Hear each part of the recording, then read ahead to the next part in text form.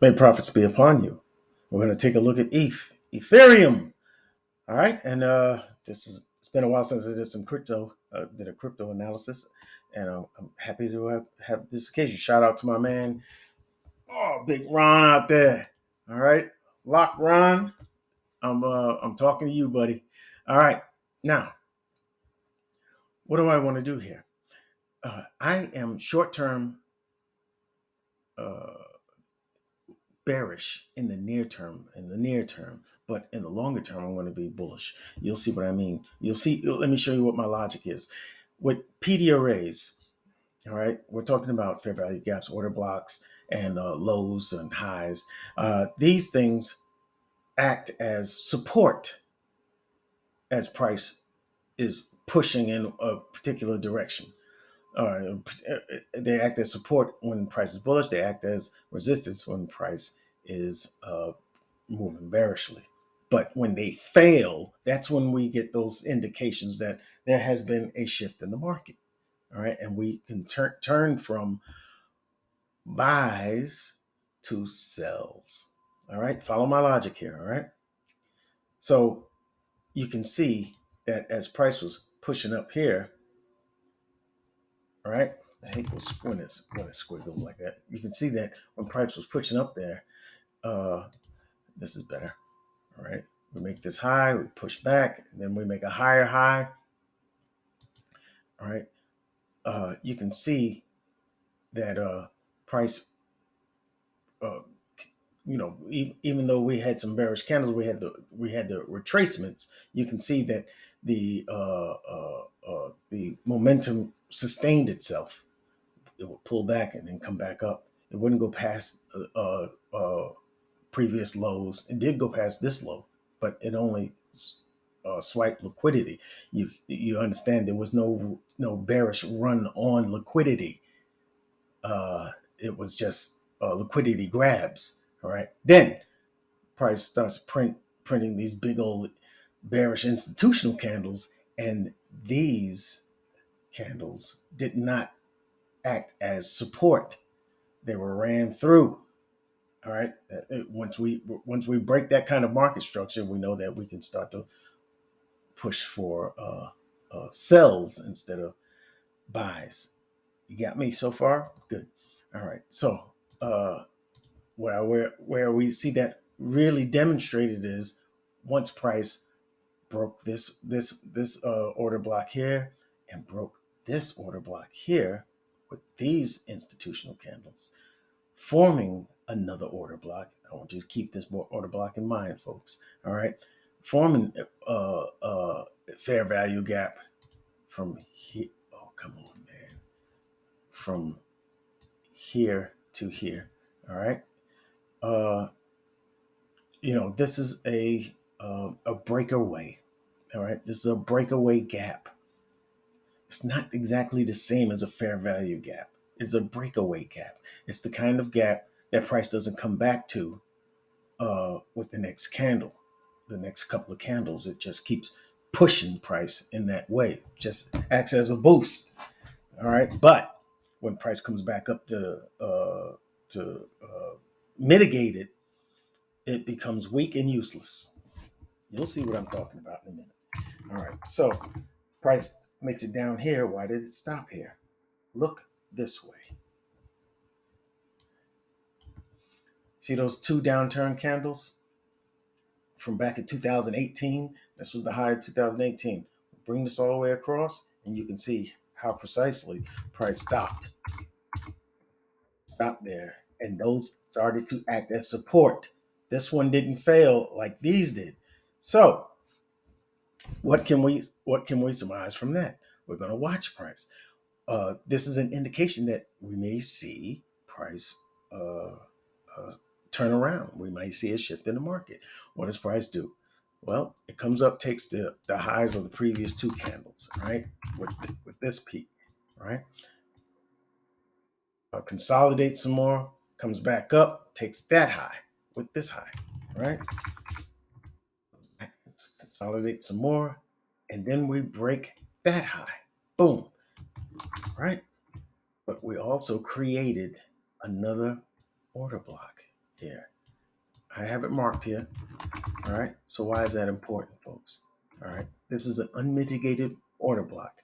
All right. I want you to see with the same logic that price stopped here and started to build off of that, started to push higher, right? And now we're up here. Why wouldn't I think that when price visits that again, that it would act as support and not move higher? This is the near term I was talking about, and this is the longer term that I was talking about. All right. Do you see this area here? This is a key level. That's why I have a little key on it. All right. Price acted as support, as resistance throughout here. All right. And then uh, uh, support. All right. Resistance, support, boom. Okay. I'm not a resistance or support trader, but I do recognize key levels and something about that 1700 level. All right. And, the market likes double zeros. All right. Just acted as support then. I mean, you can count on it. So once we broke through and it was supported here, and we formed an order block here, we have some confluences now. We also have, this is what I want you to pay close attention to. If I can move this up without too much of a problem, I just want to stretch this out. We have a fair value gaps. We have price formed the fair value gap here, right? Is that a fair value gap or is that a breakaway gap? It's a breakaway gap, folks. And we got another one right here. All right, got another breakaway gap there. We was going to look like we might have formed another one here, except price went up to these lines. I'm glad we worked our way up here to that order block I talked about earlier. I said, I want you to remember that there was an order block that was formed up here. I said, hold on to that thought, right? You remember? There's a reason. Why? Because that is a PD array, folks. All right. This order block is a PD array. This is the draw on liquidity. This is why price went up here to mitigate this order block. Okay. Also, let me also point out something, if I can. All right. How do you distinguish between a fair value gap and a breakaway gap? When the candle that closes in, that is the other side of the expansion candle. If, this is one. It's a 3 candle set. You have the first candle, the expansion candle, and then the third candle. The third candle, if it closes above the high of the expansion candle, then it's a breakaway gap. All right, it's going to continue to push. But when price doesn't close, it could sweep that high and then closes within the range of this candle, then it's a fair value gap. And in order for price to take that high, you would normally see price revisit that PD array, that fair value gap area that was formed, the fair value area that was formed. It'll hit here and then pop up, continue higher. That's the way this works. Okay, and when you have a peak high, not a peak high, but a swing where the high is higher than the 2 candles on either side of it. When you have a swing high or fractal high, if you want to, a fractal, and it intersects a fair value gap, you can count on price repelling from that area. Once it goes into the overlapping area. All right. Thank you to my man Arjo for teaching me this. All right. If Arjo's amazing, you should check out his work. But he I mean this area here is where I'm looking for price to form, come back to touch, mitigate, and then continue higher. So in the near term, I'm looking for price to come down and then take off. I want to give you some looks too while I'm here. All right. Let's look at the weekly. The weekly will give you a clearer story. The daily will give you a clearer story of the weekly. All right. You can see there was a sharp turn here, a sharp turn. All right. Price went up, came back down. All right. This is an indication for me that we can expect price to come back and revisit this this this bullish order block here. I got the wrong color on the bullish order block. Shame on me. I'm sorry.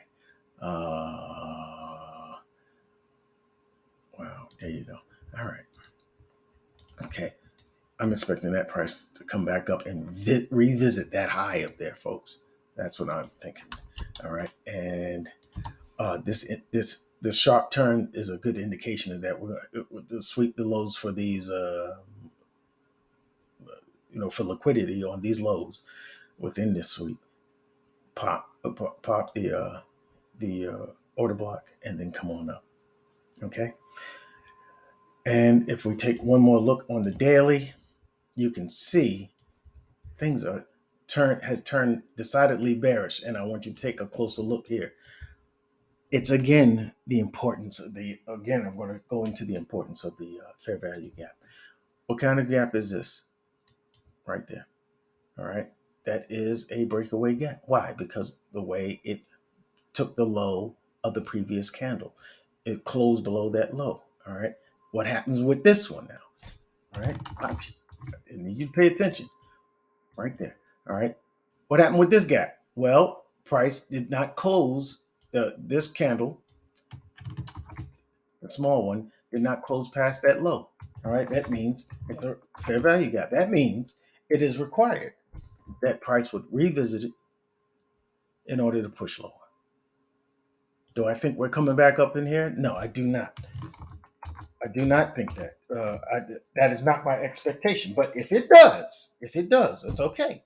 It's okay because I think this will fail, and we'll come back up here. We'll come back up here and revisit the. Remember this?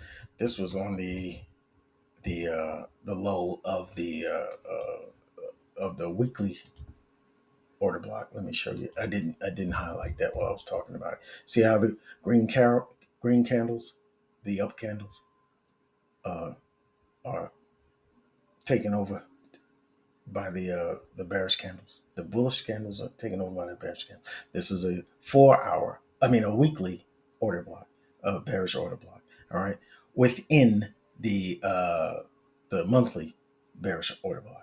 I'm looking for that order block to hold if price is to go back up there. But just looking at where we are with the price right here, I don't think that's going to happen.